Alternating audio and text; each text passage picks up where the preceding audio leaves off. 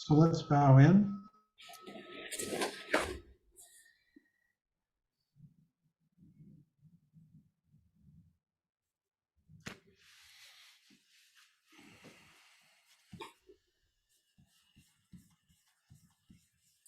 Yeah. John frozen. I think he did freeze, yes. Frozen in a perpetual bow. I guess. I'm going to remove the spotlight. See if that makes a difference. Yeah, maybe. Oh, now the screen's blank.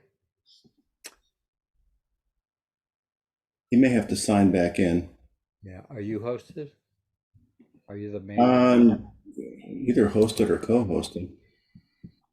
I Right. think. Oh, yeah. Michael, you are a host, Our host. Michael. I am the host. All right. Right. Good start. Thank you. All right. Well, I'm assuming John will sign back in, but before he does, or while we're waiting, I'll say just a couple of things about this text, although John will be speaking about the beginning part of the introduction. We're going to just cover two parts of the introduction tonight, up through page 25. We're talking about two of the three aspects in regard to developing bodhicitta that the introduction is based on. The introduction as a whole is based on a verse that's attributed to Nagarjuna that says, "May bodhicitta, precious and sublime, arise where it has not yet come to be. And where it has arisen, may it never fail, but grow and flourish ever more and more." So tonight we'll be talking about that part of the introduction that describes, may bodhicitta, precious and sublime, arise where it has not yet come to be. And where it has arisen, may it never fail. And then next week, we'll talk about the part of the text that relates to, but grow and flourish ever more and more. This is a book, The Way of the Bodhisattva, that... Michael? Oh. Shall I take over? Yes. Sorry. I was ad-libbing. My computer crashed. I'm sorry. And are we recording now? I believe so. It says Okay. record. So I'm going to be taking the first part of this chapter, first part of the introduction, and then Michael the second. Okay, sorry about that, computer problems. Okay, so I'm not sure what Michael said, but so if I repeat, forgive me, please. We're going through The Way of the Bodhisattva by Shantideva, who lived from 685 to 763 AD in India. He had a rather interesting life, which I encourage you to read about. The appendices to this book are wonderful, and there's one that gives one of the versions of his life. He was born to a wealthy, if not royal family, but left to pursue the religious path, eventually taking ordination as a monk at the great University of Nalanda, which was the greatest of the Buddhist universities in India. He basically, his life is rather curious. He was regarded by his fellow monks, he became a monk, as being sort of derelict.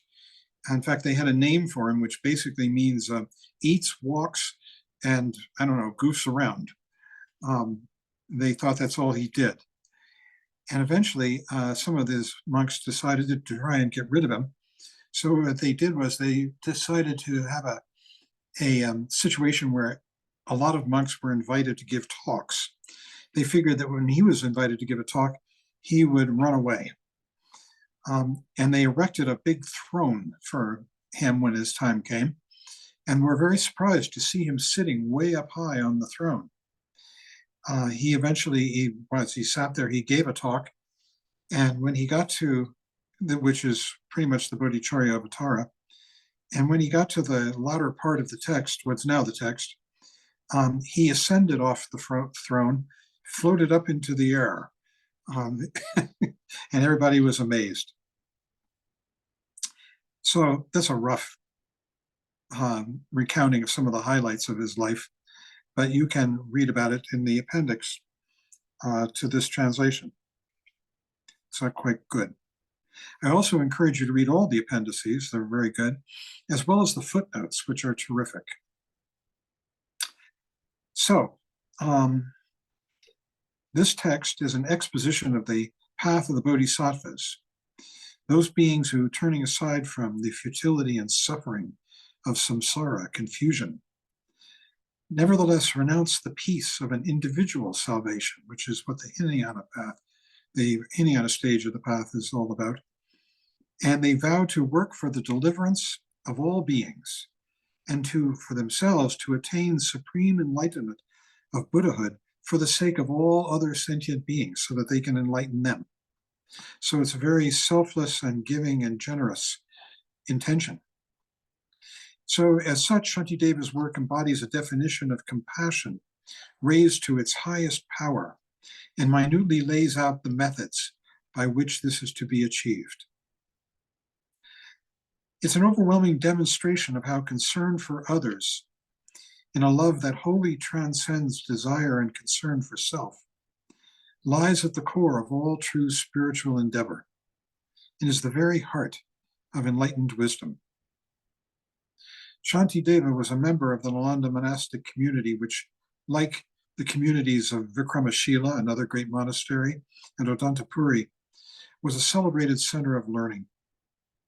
Legends of him have come down to us over the centuries, giving us a glimpse of a highly unusual and independent, if not eccentric, personality, very much his own master, temperamentally impervious to social and ecclesiastical pressures. He just didn't pay any attention to them, and able to pursue his insights irrespective of conventional expectations and public opinion.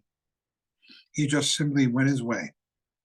Drawn at an early age to the teachings of the Mahayana as embodied in the Bodhisattva Manjushri, to whom he was very devoted. Manjushri was the Bodhisattva of wisdom, is the Bodhisattva of wisdom. And so also to the Madhyamaka school. Now the Madhyamaka school will play an important part in the last chapter, the wisdom chapter. Shantideva was very involved or connected to, inspired by the Madhyamaka teachings. Madhyamaka were the teachings of Nagarjuna, who lived in the roughly from around 150 to 250 AD, and who founded this school. It's called the Middle Way School, is the translation of Madhyamaka. And it's really the rationalization and the presentation of emptiness and the proof that all the things which are not emptiness don't make sense and don't exist. So one of the most famous Madhyamaka texts is called the Root Verses on the Middle Way. It's called the Mula Madhyamaka Karika. Karika means verses, Mula means root, and Madhyamaka, of course, means middle way. And in this, Nagarjuna lays out all the arguments for everything we might believe. And I'll just give you one or two examples. All these arguments are very logical. And what they are is really an attack on language and the way language forces us into belief in things, like the belief in me and the belief in you and other, which don't actually exist. So, for instance, I always liked his argument against causation. Supposedly there are two people arguing, the Madhyamakan and the Tirtaka, meaning the heretic. And the Tirtaka asserts that causes produce effects. And so the Madhyamakan says to the Tirtaka in this argument, well, if you assert that causes produce effects, then you have to agree, don't you, that the cause must come either before, simultaneously with, or after the effect. Those are the three possibilities. The Tirtaka agrees. And then the Madhyamakan says, well, of course, it's patently absurd to assert that the cause comes after the effect, because how could it have caused it? And the Tirtaka agrees. And he says, and if it comes at the same time as the effect, simultaneously with it, how can you tell which is which and which caused which? The Tirtaka agrees, waiting for the last shoe to drop. And then the Madhyamakan says, and if you assert that the cause comes before the effect, then it has no connection to the effect. So how could it produce it? Now, the Tirtaka might assert that part of the cause comes simultaneously with the effect, and part of it comes before the effect and has no connection with it. But then we're back to the same two arguments, simultaneity and precedence. So in this way, Nagarjuna proves that there is no such thing as cause and effect. Really, it's just a manner of speech. And he does this with everything you can possibly think of, the existence of a self, beginnings and ends. It just goes on and on with this. In any event,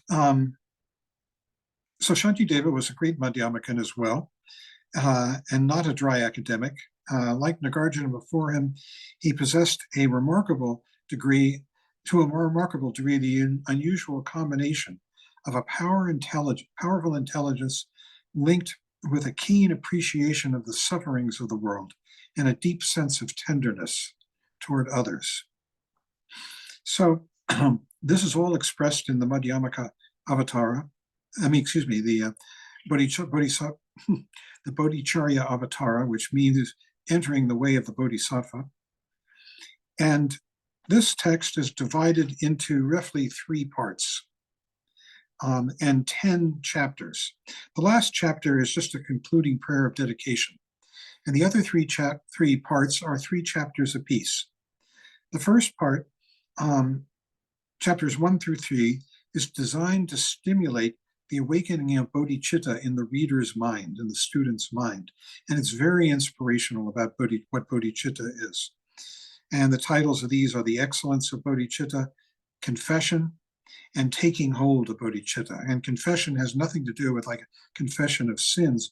Really what it is the individual acknowledging to him or herself all the neuroses and neuroticisms that we have in our life.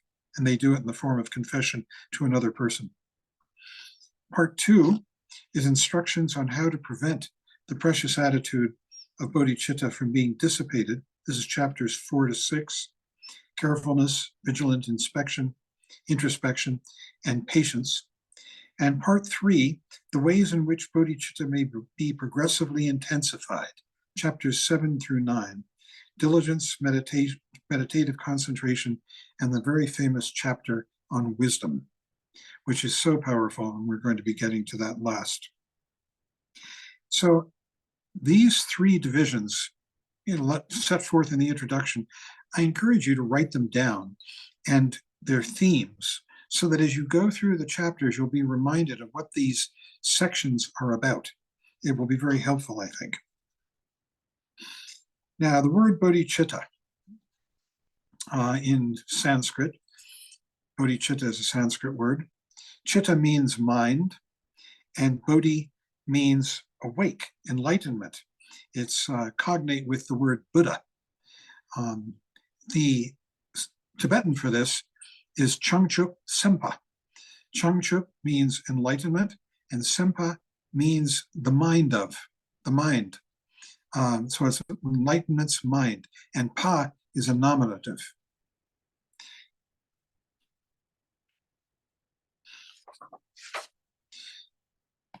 It's not a synonym for compassion, as some sometimes think. It's a much broader term in which compassion is contained or implied. And it has 2 aspects, bodhicitta. It's in us, we are it, actually. And the 2 aspects of it are ultimate and relative. Ultimate bodhicitta is a direct understanding of the true state of phenomena, the wisdom of emptiness, shunyata, an immediate non-dual insight that transcends concept. You see the truth of emptiness, that I and other have nothing has any true existence. Everything is a constant and non-existent, but vivid presentation of qualities. And that's the relative truth as well. The relative truth, the aspiration to attain Buddhahood for the sake of all sentient beings, with practical steps necessary to accomplish this. And it contains within it, this relative truth, immense compassion and appreciation for the beauty of life. Shantideva gradually reveals that ultimate and relative bodhicitta are 2 interdependent aspects of the same thing. This absolute non-existence of phenomena, and yet everything arises, reveals its true nature vividly, and has immense compassion and love in it. Bodhicitta is in fact the true nature and condition of mind, which may be freed from defilement and distraction. Defilement means kleshas, passion, aggression, hatred, stupidity, paranoia, all these things. And it can be freed from that, mind can be freed from that, these defilements which beset it. And the mind is capable of growth and improvement and may be trained. Using dualistic subject and object trainings, as we do when we work with the breath. We're working with a subject, I, and the breath, other. And this leads us to evolve towards wisdom, our true nature that utterly transcends this dualism. Shantideva shows us the realities of egocentric existence in all its pain and idiocy, and gives us the vision of a sublime alternative, together with practical instructions to realize it. And he really does. When we go through this, it becomes much closer and more realizable. And we, the reader, are really inspired to pursue this path and become what he's describing.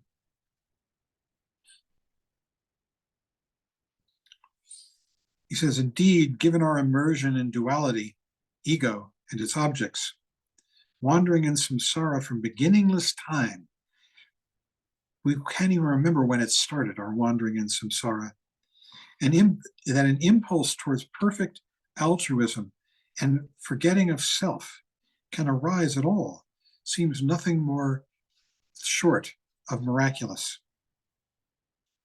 Bodhicitta is so extraordinary that its first impulses appear to come from outside, as though they're not part of us, but they are.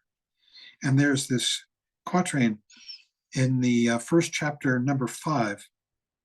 Just as on a dark night, black with clouds, the sudden lightning glares and all is clearly shown. Likewise, rarely, through the Buddha's power, virtuous thoughts rise, brief and transient, in the world. And these virtuous thoughts are bodhicitta. Bodhicitta arises like a flash of lightning on a dark night. The first chapter is a rhapsodic celebration, if you hadn't gotten it from that quatrain, of bodhicitta, intended to fill the mind with enthusiasm and inspire it toward this new and wonderful goal. Frankly, I find that the chapters, as they go on and on, become more and more inspiring. Shantideva's method of teaching, which the same one the Buddha used, first encouragement through reflection on the advantages and excellence of the objective, and then a stimulus through meditation on the dire consequences of weakness and backsliding. And he describes the condition that we're in, which we ignore, we try to distract ourselves from, and he's bringing it to the fore so that we're being inspired or motivated both by the whip coming from behind as well as the goal in front of us. The original inspiration and fervor have to be safeguarded and never allowed to disappear. Virtuous thoughts rise, brief and transient, and it is one of the most alarming aspects of spiritual and moral life that insights left unattended and without support will invariably fade. Realizations evaporate. Enthusiasm drains away into the sands of inadvertence and bad habits, old habits. So if we don't keep working at it, it will fade and we'll lapse back into our neurotic lives. It is impossible to embark on the practice of Dharma with great energy and interest, but later, it is possible with great energy and interest, but later, perhaps years later, to turn away empty-handed, with nothing to show for all the time spent. So fear and dread of the consequences of evil, now evil in this sense really means just pain and suffering, are tools as legitimate as those of enthusiasm and encouragement. So it is in this spirit of mental training that Shantideva places before us the fragility of impermanence and the certainty of the horrible realities of death the possibility, if not probability, of post-mortem suffering in infernal torment, hells, or the hungry ghost realms even, or the animal realms. The lower realms are described in detail. But there is a radical difference with European and Near Eastern versions of religion. In Buddhism, an act is considered evil, not because it is a transgression of a divinely ordained principle laid down by the creator of the universe, God, but because it is productive of suffering in this or future existence. That's what defines evil. Virtue, on the other hand, is that which brings about happiness and tends toward spiritual development. Whether or not we believe in the existence of hells is beside the point. Every evil and unwholesome action simply brings forth suffering, and this is the hell. And it hardly matters whether one conceives of this in the picturesque terms, he says, of Dante's Inferno, or shares the view of Jean-Paul Sartre that hell is other people. If you've ever read Sartre, what was his name of his book? These people trapped in a room forever and ever. And that was hell. So all sufferings, however long, are still subject to the law of impermanence from a Buddhist perspective. And the doctrine of karma has only one message. The experience of states of being follows upon perpetration of acts. We are the authors of our own destiny, and being the authors, we are ultimately, perhaps frighteningly, free. So if we commit acts of generosity and kindness, we will experience love, passion, happiness. And if we commit acts of selfishness and cruelty, we will experience that as well. That Shantideva forces the lower realms on our attention reveals a vital characteristic of his attitude. His constant and overwhelming concern is with the predicament of his fellow beings, which is us. He is ready to confront suffering in all its horrifying reality, and having abandoned all thought for his own comfort and security, he does not draw back in fear or revulsion. He is prepared to accompany us into the pit. He is neither revolted nor depressed, being one who in compassion, quote, will venture into hell of unrelenting pain as swans sweep down upon a lotus lake. That's what he can do. He's utterly courageous because he doesn't really experience the pain himself, because his mind is full of egolessness and compassion. The keynote is courage, time and time again. Compassion emerges not as a sorrowing, tearful state of mind, but as a protective concern that is vibrant with joy and heroic confidence. This is compassion, vibrant with joy and heroic confidence. Not sad, crying, tearful, feeling sad for the object. The second thing to note, the absence of moral comment judgment on the part of Shantideva. He's not judgmental about neurotic, criminal individuals. Where is the justice in this? Shantideva's obvious wish is simply to save from suffering, with no questions asked. That's it. That's what the true compassion of bodhicitta is. We might argue that these monsters deserve punishment. So the strength and impartiality of Shantideva's compassion seems to be subversive of the universal order. And in a sense, they are. They point to a new vision of things, Shantideva's wisdom and compassion, and ultimately grounded, which are ultimately grounded not in the concepts of right and wrong, but in compassion and the wisdom of emptiness. So Buddhism focuses on freeing everybody from samsara, everybody, no matter how evil. I remember one of the Buddha's disciples, I forget his name meant garland of skulls. I forget what it was in Sanskrit. And what it was is he was a murderer.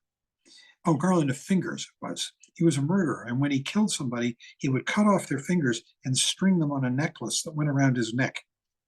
Ultimately, he got enlightened.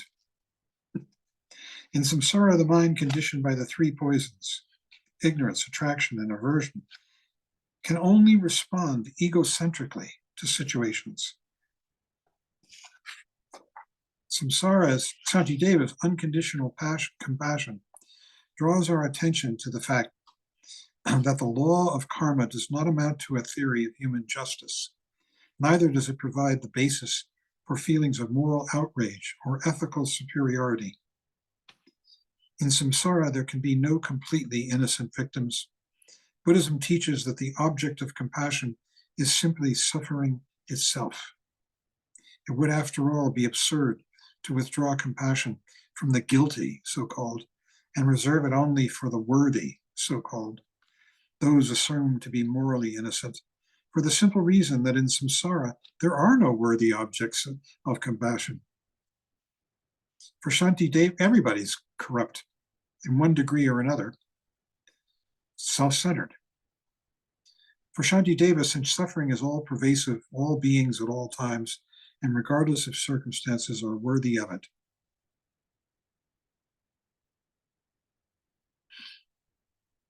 So the vow of the Bodhisattva to deliver beings from suffering, meaning from the cause of their suffering, and the job is to teach, to show the way, first by revealing values to be adopted or abandoned.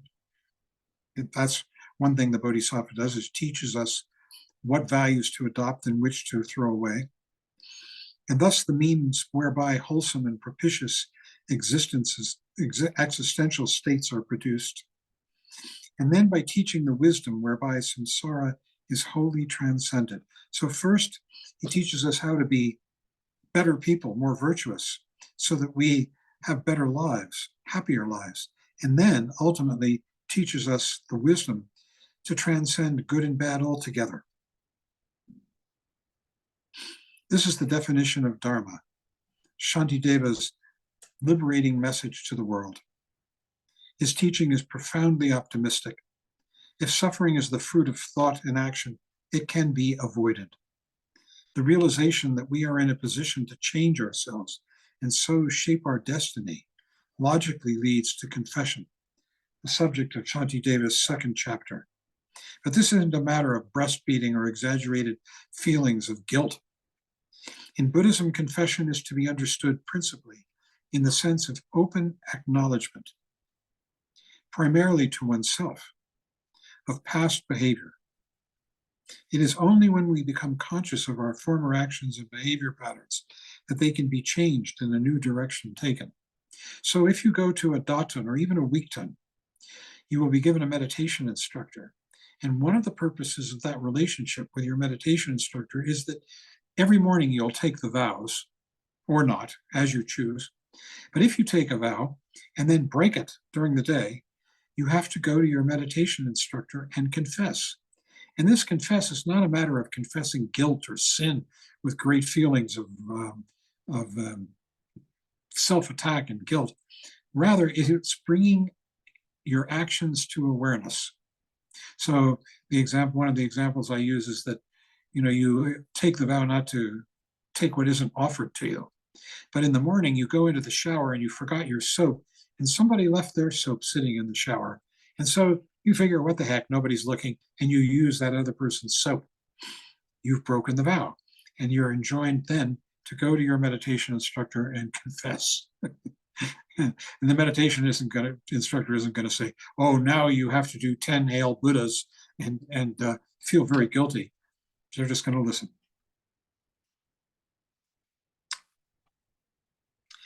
This is blah, blah, blah.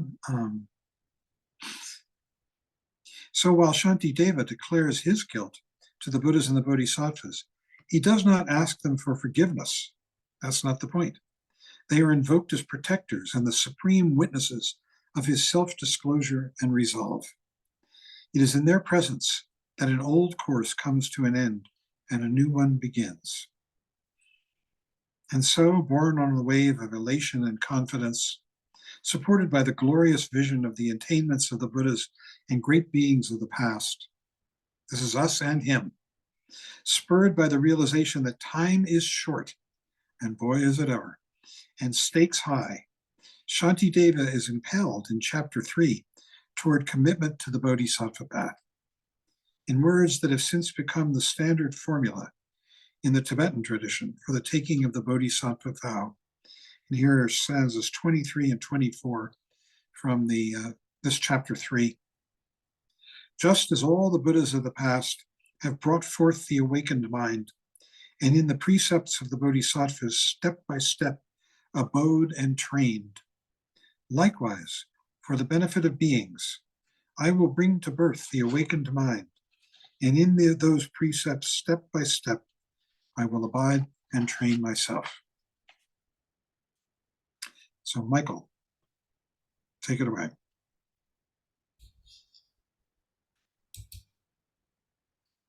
And again, the idea isn't that there's some external being that's bearing down on us, or some kind of eternal damnation of some kind that we have to fear because we did something wrong at some point. It's not a question of original sin.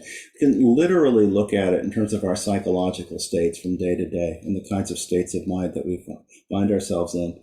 And then he asks in this chapter, how is it, given the potential that we have in this life, that we sometimes do just drift into mindlessness, distraction, confusion, engage in activities that are, so harmful.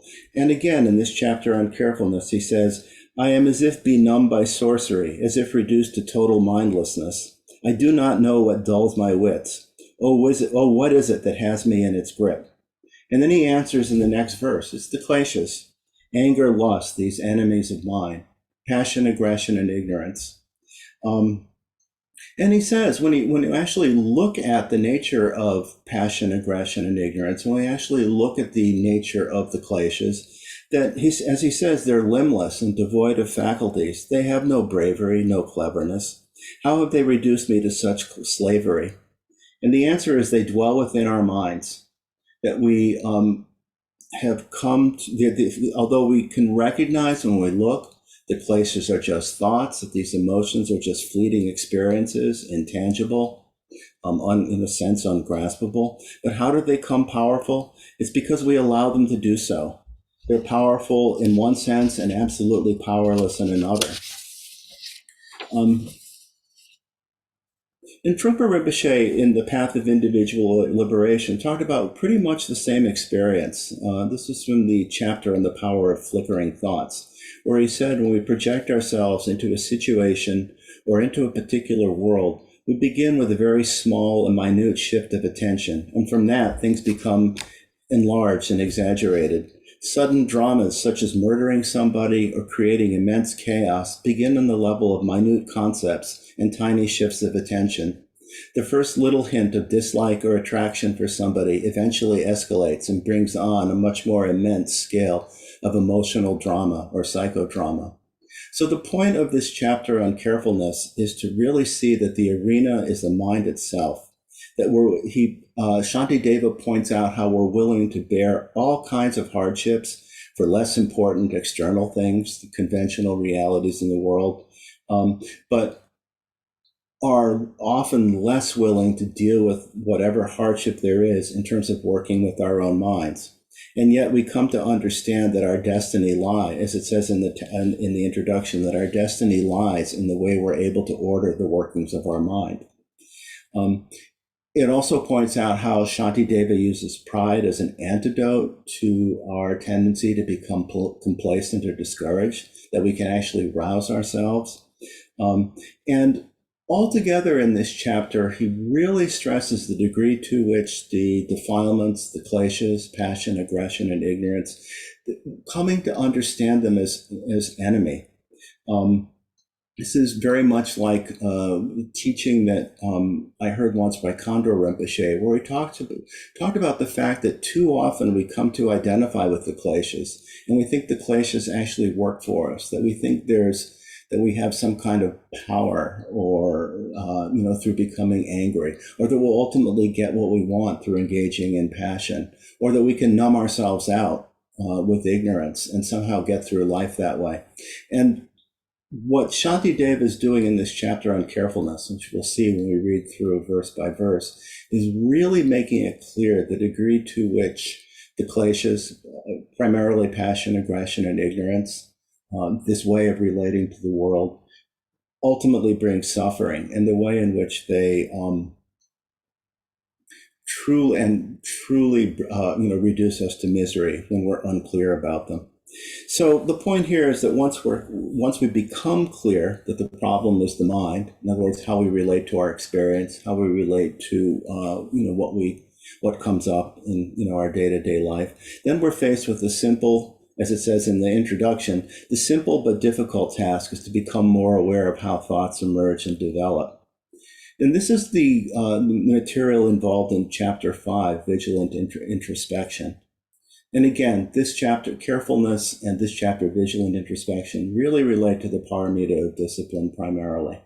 So we're talking about developing mindfulness awareness and learning to rest in awareness as best we can, as much as we can, particularly in our post-meditation life here.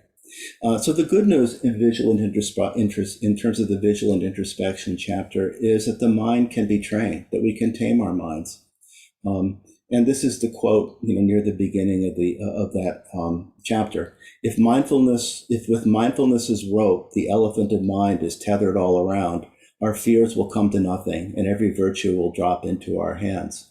So we're talking about developing the very basic discipline of shamatha vipassana, being able to settle with our experience, being able to allow ourselves to not be so reactive, not be so caught up in our dramas and struggles and emotionality, and actually settle enough to begin seeing how our minds work, how things work in the world around us, and developing this kind of clarity. Developing primarily vipassana awareness, being able to rest in awareness so that we're aware of what we're feeling, we're aware of what we're experiencing, and we have some sense of being able to work more skillfully with the world around us. In the chapter on discipline and the Bodhisattva path, Trungpa Rinpoche says that the analogy for discipline is that of the wish-fulfilling jewel, because it is the basis of all virtues, which is exactly what Shantideva says. If with mindfulness as rope, the elephant of mind is tethered all around, our fears will come to nothing. Every virtue drops into our hands. Trungpa Rinpoche says, without discipline, your preoccupations become much more intense. You're much more involved, more frustrated, and busy with the complexities of your own neuroses. You could recreate realms and manifest them in all sorts of ways. Discipline is said to be the basis of all virtues because of the evenness of temper, the evenness of existence, and the trustworthiness of experience it produces. You do not organize your life purely according to your moods. Your senses are controlled, and you create predictability for yourself and others. So, in other words, with mindfulness as rope, the elephant of mind is tethered all around. That we find that through meditation practice, we're able to settle ourselves, that we're able to see with greater awareness and rest in the greater space of awareness and not be so uneven in our experience. In terms of the tethering the elephant of mind, Shantideva actually begins that chapter by pointing out how the untamed elephant of mind can drag us right to hell. And again, if we look at our experience, not thinking so much of hell as some external destination, but look at our states of mind, look at how we can, fly into a rage or become so upset or irritated and then say hurtful things that we regret later or do destructive things that we regret later, then we know exactly what he means when he says this elephant of mind can drag us to hell. So anyway, the importance here, this chapter really emphasizes the importance of practice and mindfulness awareness meditation.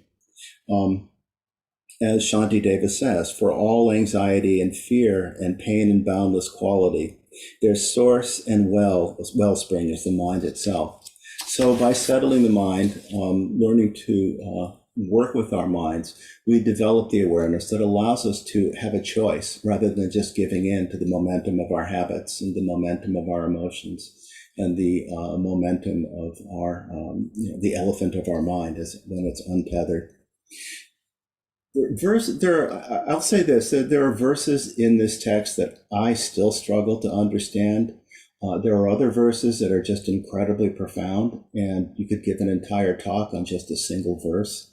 In this chapter on vigilant introspection, he says at one point, to cover all the earth with sheets of leather, where could such amounts of skin be found? But with the leather soles of just my shoes, it is as though I cover all the earth. So what he's talking about here, and again, I've heard teachers talk at great length about the fact that conventionally, samsaric logic is that we need to create perfect circumstances around us, that we're always struggling to, again, through passion, aggression, and ignorance, take in and hold on to the things that we find pleasurable and good, push away or fight against the things that are bad, and numb ourselves and ignore the things that don't matter to us. And in that sense, we're bound to experience frustration. We're bound to experience difficulty because circumstances constantly change. And the point here is, and this is what this particular verse means when it says how to cover all of the earth with sheets of leather. There's no way that we could possibly create and maintain a perfect world no matter what happens around us. But if we can work with our minds and settle our minds so that we're, again, in even placement, as Trungpa Rinpoche said, evenness of existence, evenness of temper, trustworthiness of experience that meditation produces, then it's as if we were wearing shoes and had leather wherever we went. And as I say, I've heard entire talks based on just this idea that really drive home. Again, not that it's something that we need to think about perhaps so much in a conceptual way, but just come to realize with clarity that it's true, that this is actually a very clear, stark statement about things as they are. So, as it says in the introduction, the essential problem is that we're often not aware of what's in our minds, or we only become aware of thoughts when thoughts and feelings develop with so much momentum and intensity that we're powerless to stop them. As Shantideva will say in this chapter, lack of introspection, or I could say lack of awareness, lack of introspection is a thief. It slinks behind when mindfulness abates. So the point in this chapter is we need to guard our mind, which we do by developing awareness, mindfulness awareness meditation, and being open to moments of awareness, gaps as they occur in daily life that we come to increasingly become more familiar with through meditation practice and more able to rest in when they do occur. And with this, as we become increasingly aware of our experience in the moment, that, as it says in the introduction, the slightest impulse to negativity should be stopped. Or as Shantideva says, be like a log, rather than we should continue to feed it with further thoughts, further resentments, further, whatever it is, further desires, or even worse, actually act on it. That we should actually see, we become increasingly able to see the kleshas as they arise. And I know people have had this experience because we've heard people in discussion group talk about becoming less reactive at times as a result of meditation practice. And that's exactly what this chapter is talking about, the importance of vigilant introspection, being aware of our states of mind, being aware of how thoughts lead to further thoughts and further actions if we don't, tether the untamed elephant of mind with mindfulness. So be like a log. And then there are also verses in this chapter that relate specifically to mind's identification with body, our attachment to comfort, and so on. Bringing up the point that, in fact, that all of this preoccupation, again, not that we shouldn't take care of ourselves, and it's not to go to one extreme to the other. That's the kind of binary thinking that we, again, read about in Charlotte Rinpoche's book that doesn't help. But that we could be less attached, less preoccupied with things that are less important. And again, come to appreciate the importance of developing a mindfulness awareness through regular meditation practice so that we are able to have some choice and some influence over our experience. So, and this leads to the next chapter, chapter 6, on patience, which is speaking personally, one of my favorite chapters in the whole book, because I have had cause to work with this chapter and reference this chapter when, in my working life, I work with, in the school, as some of you know, with kids with trauma histories and all kinds of emotional disturbances and psychiatric disturbances. So there is often a great deal of aggression directed my way. And it's really important to develop a sense of patience. So the main thing here with patience, and this is again the patience paramita as well, the main thing here, the main thing we're protecting ourselves from is the unbridled anger and aggression. As the chapter begins, all the good works gathered in 1,000 ages, a single act of anger shatters them.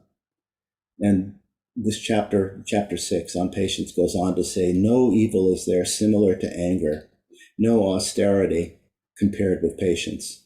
Some translations I've read will actually say no virtue compared with patience.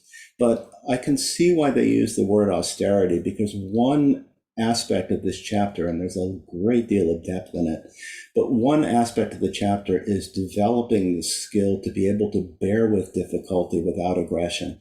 And in that sense, it is an austerity. We are having to learn something about ourselves and how to refrain from habitual or conventional responses. Trungpa Rinpoche, by the way, says exactly the same thing about aggression. Again, from the Bodhisattva Path book. Aggression is the most dangerous emotion because it does not allow any form of gentleness. Passion and lust may have qualities of neurosis, and they may destroy your mindfulness and awareness, but at the same time, they have the nature of acceptance. However, aggression is based on total rejection, whether it is aggression toward yourself or aggression toward other sentient beings. When we're angry, we have no connection with the Dharma at all. So this is what the patience chapter is about, how to help us learn to deal with aggression when it comes toward us, how to deal with our own aggression and anger in response, or how to be, as it says in the text, how to behave in a hostile environment. And in order to do this, the first thing we have to do is, again, notice what we're experiencing, which is why the previous chapters on carefulness and vigilant introspection are so important. If we're not aware of what we're feeling, we're just going to react. We're going to give in, and then we'll do things that we regret, things that cause harm, things that lead to further difficulties for everyone. So this chapter actually does quite a bit, and it's very profound. I am actually reading a book about this chapter called Peaceful Heart by Dzigar Kongtrul Rinpoche, and as many times as I've read this chapter, I'm finding even more things that I didn't understand before. So let's just say that the patience chapter first looks at the sources and nature of anger, the kinds of things that feed it. Quite literally, Shantideva will talk about the things that literally are food for anger. And this basically connects to the 8 worldly dharmas and our experience of those. Actually, Dzigar Kongtrul points out that there are 72 possibilities here, but it's less daunting than it sounds. So the 8 worldly dharmas are pain and pleasure, praise and blame, gain and loss, and I think fame and infamy, but I might not be quite right on that one. Let me cheat. Pleasure and pain, gain and loss, praise and blame, and he calls it fame or good reputation, or lack of fame. And the idea is that basically, as you'll see as we read through this chapter, that each one of these leads to agitation and dissatisfaction, if not outright anger. So you have 8 possibilities in terms of either not getting what we want in terms of pleasure, gain, fame, or getting what we don't want in terms of pain and infamy and blame and so on. So those are 8 possibilities. And then not only do we become upset and angry when we have these experiences ourselves, but we can become angry if they happen to someone that we like or love. We can be just as upset, become just as angry, just as irritated, just as frustrated when somebody we care about, or even somebody we identify with, even political figures who we have no real direct relationship with in terms of personal relationship. We can become upset if they experience gain when we don't want them to, or when they don't gain when we do want them to, and so on and so forth. So it can be, so those are 24 possibilities right there for ourselves, for people that we love, and then also for people that we don't like in terms of, not getting and not getting. And then to the way it gets to 72 is by looking at past, present, and future. We can become upset about experiences we've had in the past where we didn't gain or lost, or we were praised, or we were blamed, or we had a good reputation or developed a bad reputation with somebody. We can be experiencing it in the present, and we can imagine these things happening in the future. And not only can we imagine it for ourselves, we can imagine it for the people we care about and for the people that we don't. So altogether, that adds up to, multiplies out to 72 possibilities of what we can experience in terms of anger and aggression by becoming involved in the 8 worldly dharmas. And a great deal of this chapter really relates to how trivial and foolish some of these preoccupations can be. In the beginning of the chapter on patience, he actually talks a great deal about developing a mindset where we can bear with a certain amount of difficulties. And he talks about learning to maintain a cheerful state of mind, not giving into samsaric agitation and dissatisfaction, which is the food for anger.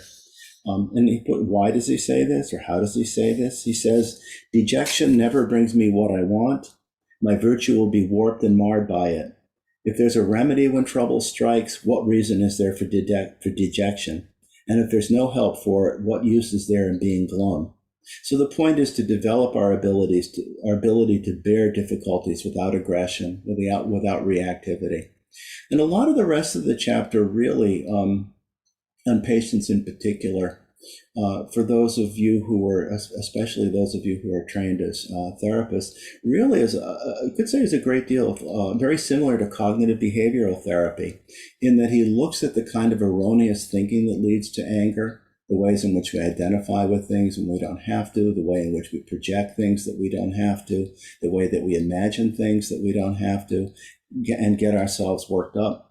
And a great deal of the chapter also involves reframing how we understand our own anger, how we understand the aggression of others, and looking at the ways in which our thinking is erroneous, up to even developing some sense of the emptiness of holding on to a solid identity about ourselves and someone else, how a solid view of I and other based on aggression in particular is illusory, and that if we actually are able to not be so reactive and actually look at the situation and analyze the situation carefully, we begin to see the emptiness of our anger, the emptiness and futility of our anger. And again, just as a simple reframe, a different way of understanding the same situation. And I'm mentioning this because it is one that when I train staff in the school where I worked and tried to help people become less reactive to some of the aggression, especially verbal aggression that they were experiencing, I would point out, I would actually paraphrase what I'm about to read from Shantideva. Because a lot of times people just would say, I shouldn't have to expect this kind of behavior from somebody else. And the point that Shantideva makes is that sentient beings harm themselves. Why in the world would we think they would treat us better? Or actually, quite literally, this is the verse. Some hang themselves or leap into the void, take poison. For when affliction seizes them, they even slay themselves, the selves they love so much. So how can they not be the cause of others' bodily distress? So that as we understand this, we come to understand other people's aggression, not with a sense of anger, but with a sense of compassion, that for them, the elephant of their mind has dragged them to hell, and that they're helpless, that they perhaps haven't had the precious human birth that we've had, or at least we have some opportunity to develop some discipline and have a practice that helps us develop the ability to actually see what we experience and maybe make different choices. So the analysis of anger and the analysis of aggression that is so much a part of this chapter actually ends with the point that enemies And these negative experiences are precisely what give us the opportunity to free ourselves of ego clinging. They're exactly the experiences that give us the opportunity to develop patience and non-aggression. This is directly related to the Lojong slogan, "Be grateful to everyone." The way that Shantideva puts it, the verse that's quoted in the introduction is, "They, like Buddha's very blessing, bar my way, determined as I am to plunge myself headlong to sorrow. How can I be angry with them?" That it's precisely through interaction and these experiences where we do encounter aggression that we're able to develop our capacity for non-aggression and patience and being able to respond skillfully rather than reactively. And that so we should be grateful for these experiences. I can't say that that's always how I feel, but I understand the logic at least. I'll also just say to close that when Trungpa Rinpoche talked about patience, again in the Bodhisattva Path book, that he talked about 3 types of patience, which again parallel exactly what we're talking about here with what we're describing in terms of the patience chapter. The first was overcoming other people's destructiveness. In other words, being able to not relate to other people's hostility with our own hostility, with our own aggression, not reacting with just habitual reactiveness. So that's the first one. The second one is realizing the nature of other people's aggression. And that's exactly what Shantideva is talking about in terms of the analysis that we go through in chapter 6, of coming to understand our own aggression and also the nature of aggression that we experience in other people. And then the final aspect of patience that Trungpa Rinpoche talked about was individually examining. So clearly, looking at ourselves, doing the kind of analysis and reflection that Shantideva will be talking about in this chapter. So by doing these things, by practicing and both in formal meditation, but also more importantly in post-meditation practice, carefulness and vigilant introspection, and developing our capacity for patience or non-aggression, that's precisely how we guard bodhicitta once it has arisen. So with that, I think I'm done, and we have time for any discussion, questions and answers.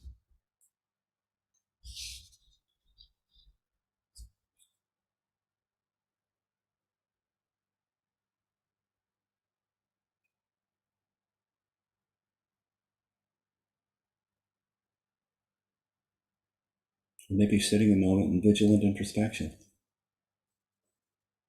Paul?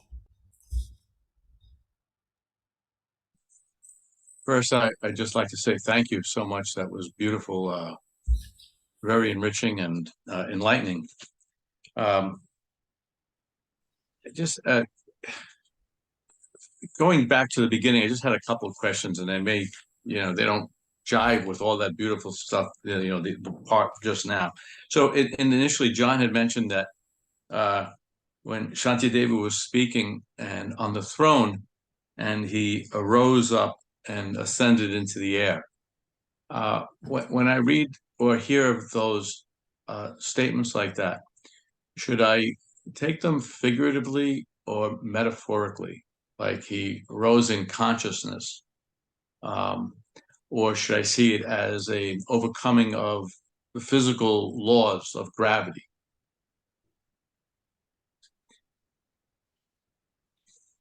I just take it as an expression of devotion. I sort of personally, I doubt that he actually floated up into the air, but how do I know? I guess miracles are possible. But I take those kinds of things.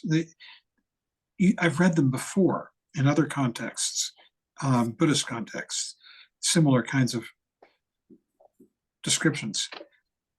So I just take it as an expression of devotion, awe, appreciation for the teachings.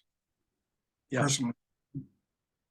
Well, as in my time studying Hinduism, they talked about the mystics and magic carpets and stuff like that. I wasn't sure, but your explanation seems a lot more appropriate. Brings it closer to here now. What's important. In the past, attaining enlightenment was said to take eons, lifetimes. Reading the book of some Mahamudra books, they say it can be done with a 9-to-5 job and taking care of a family, just depending upon how it's applied or the amount of time one actually spends doing it, how effective one is. Can you speak to that? Eons of time or lifetimes versus actually getting it done this time around or right here and now? Well, when you study the higher teachings, higher so-called, like Mahamudra or Great Perfection, Dzogchen in the Nyingma sect, they often say that if you practice the Hinayana teachings, it will take you many, many, many lifetimes to achieve enlightenment. If you practice the Mahayana teachings, it will take much fewer lifetimes, but still multiple. When you practice the lower tantras, it can be done in a very few number of lifetimes. And if you practice Mahamudra or Dzogchen, it can be done in one lifetime. They're just extolling the superiority of the different techniques. But it's more than that, I think. These techniques and these teachings are definitely more sophisticated as you go along. And I think they take you faster into the path and along the path. That's my feeling about it personally. And I'm going right along with my teachers in that. Michael, do you have something? I'd pretty much say the same thing. I think that the Vajrayana teachings, Mahamudra and Dzogchen, are very direct, and that's why they talk so much about the importance of recognition and realization right on the spot. The Hinayana and Mahayana teachings are more oriented in some ways toward remedying, removing some of the obstacles to recognition. And so they're very helpful and, and essential for most of us, because we are obscure and we are not able to directly recognize the true nature of mind in Mahamudra or, the nature of, Rigpa in, the Dzogchen teachings. So I find it all helpful. Of course, the Mahamudra teachings also say that thinking about some enlightenment way in the future or fearing that it'll never happen, that's actually an obstacle to practice. So there's that. Just a thought. It's just a thought.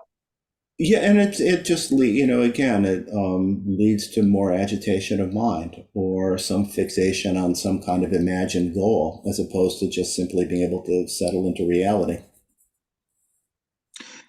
Personally, I've been a Dzogchen practitioner for, well, at least 25 years, if not more. But yet, I'm in love with this text.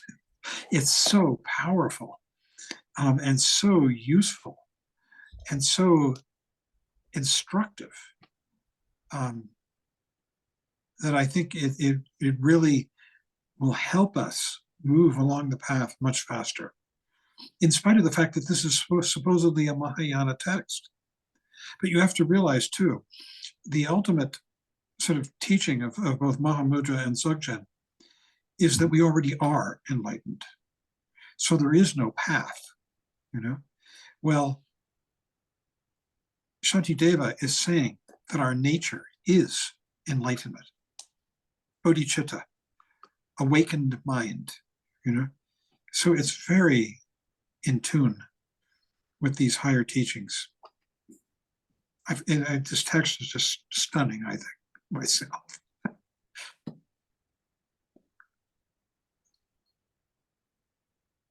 Thank you. Yeah.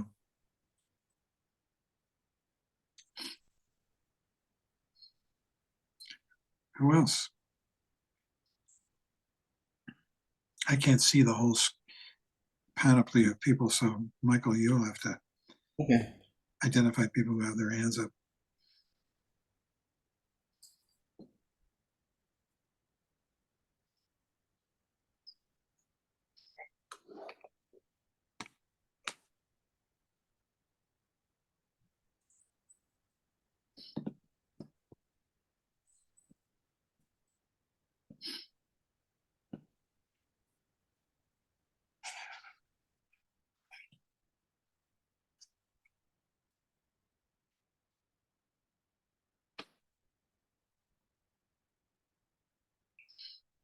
The fact that he gives us a way to look at difficult situations, like someone who's attacking us or being mean to us, as part of the path. Michael, can you sum that up again? You know what Shantideva says about that? Well, there's a lot of different things that he says about it. I mean, part of it is he asks us, why do we become, he asks us to look at the nature of anger and look at our part in it. He asks us to look at exactly what we're angry at and how sensible that is. He asks us to to look at what the consequence of engaging in angry action is. And to look at what the possibility is or what we develop when we're able to not react, in a habitual way or conventional way. But And again, no, go ahead. he also describes these very painful situations as opportunities, Yeah. tremendous opportunities Mhm. for us to awaken. He says, he recommends that as soon as we feel the urge to do anything, speak, or even to walk across the room, we should get into the habit of self-scrutiny. The slightest impulse to negativity should be greeted with a total paralysis of the system. Quote, it's then that like a log you should remain. Yeah. Yeah. Yeah. Refrain from negative actions. Judith? Judith, you're muted.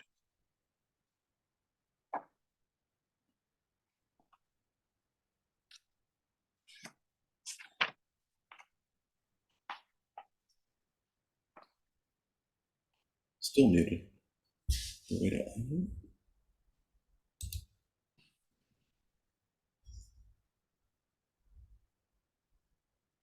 That There you go.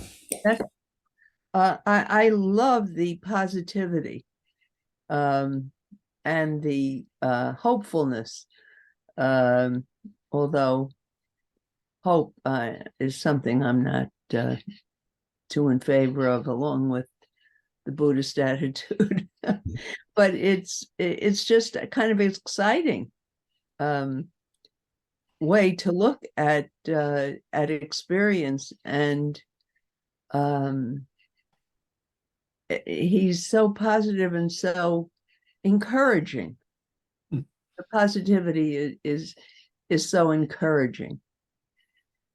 That's what I love about it. Excited to read more. Let me read a section here that I find so inspiring myself. See what you think. This is on the small edition, page 18, and it starts right at the top. The essential problem which a moment's reflection on experience will confirm is not that defilements occur within our minds, anger, lust, hatred, but that 9 times out of 10, we are not aware that they are there. We're asleep. We're living the dream, we don't even know we're dreaming. Or rather, by the time they obtrude, these defilements, upon our waking consciousness, they have usually acquired such dimensions and strength that in the ordinary run of things, we're powerless to prevent their consequences. Oh. The sudden outburst of destructive anger, the lustful impulse, the cruel or arrogant word that can have life-changing consequences, must have had their source, perhaps a long time previously, in a momentary flash of impatience or desire that, had it been adverted to at the time, might easily have been neutralized and dispelled. But we're asleep when we do these things. All very well, but how precisely is one to become so perfectly self-possessed that no impulse of the mind, however slight, is able to pass unnoticed? Alas, there are no magical solutions. The technique prescribed by Shantideva is that of constant, unrelenting vigilance, a continuous advertence to what is happening within the inner forum. He says that we should guard our minds with the same care with which we would protect a broken or wounded arm while moving through an unruly crowd.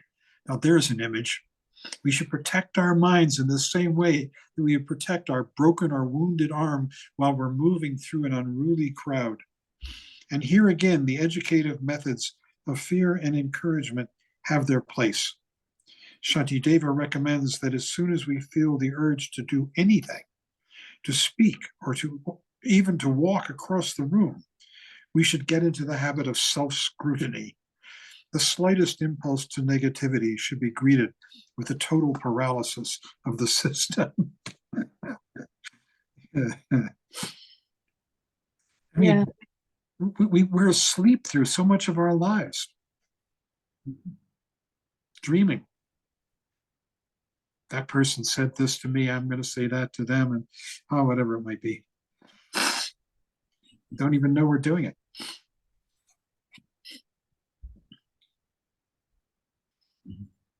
I know I'm doing it.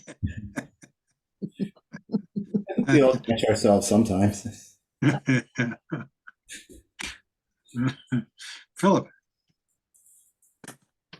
Thank you both. That was great. Yeah, to follow up on what you're saying, John and Judith, one of the things he hits on over and over again is to catch them while they're small, right? We have a tendency always to think, I'm overwhelmed by my anger, or this emotion is so powerful, I'm unable to do anything with it. But on page 16, he points out, he says, and yet these kleshas, however terrible they may be in their effects, are nothing more than thoughts, intangible, fleeting mental states.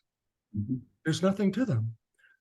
And if we can learn to be aware enough to pick them up while they're small enough so that we could effectively deal with them, the world would be a better place.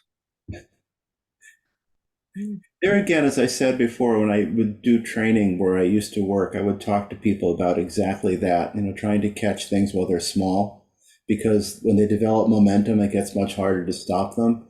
And as it happened one year, we'd done a trip out to Niagara Falls, and I was looking at the river before the falls and thinking about I can understand people going over, I wouldn't do it, but I can understand somebody as a daredevil doing some kind of a wild thing to go over Niagara Falls, but how it could happen accidentally, which it does happen, that was the thing that I was trying to understand. And I remember looking at the river, and when you're back from the falls, it's very peaceful, slowly flowing river. And I could imagine somebody thinking, well, this is not a big deal, until they get to a point where it's not so slow anymore. And now there's a real power to it. And they do want to get out, but they can't, because the flow is, and I think that's exactly what it is, why it's important to catch things when they're small. Or like Trungpa Rinpoche said, sudden dramas such as murdering someone or creating immense chaos begin on the level of minute concepts and tiny shifts of attention. And it's like, the more we're aware of our minds and the more we see how one thing leads to another, the more we can catch things before they develop so much intensity that they're impossible or really difficult to stop. We are at the end, 6:59. I can't put the chants up. Is there someone else who can? My computer crashed and I'm on a laptop. I can probably put them up long enough to do it. Let me just hold on. Maybe I could. Want me to do it? Oh, if you, Sure. Okay.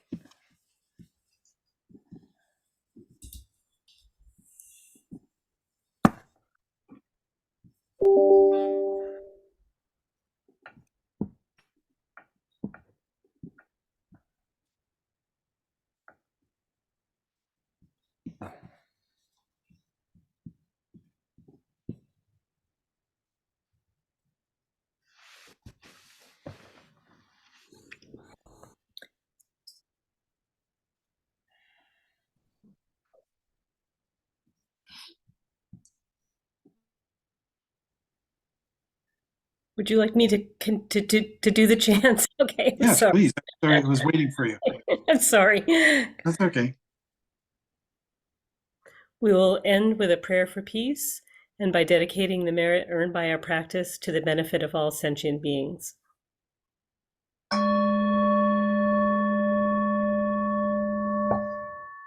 By the blessings of enlightened and compassionate ones, by the power of my positive actions of 3 times and my prayers of pure aspiration, may wars, conflicts, epidemics, and all other maladies dissolve in this world.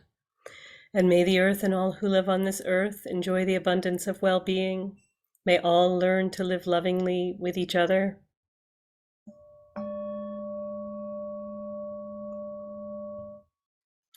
By this merit, may all obtain omniscience. May it defeat the enemy wrongdoing.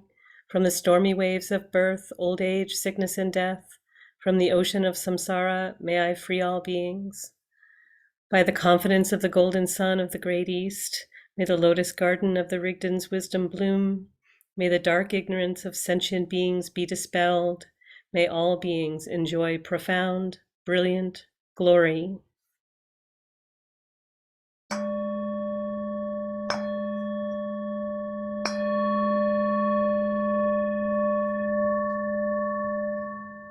And for next week, by the way, we're going to finish the introduction. And I encourage you to read the appendices, as well as the foreword and the translator's introduction. They're very short, but the appendices are good.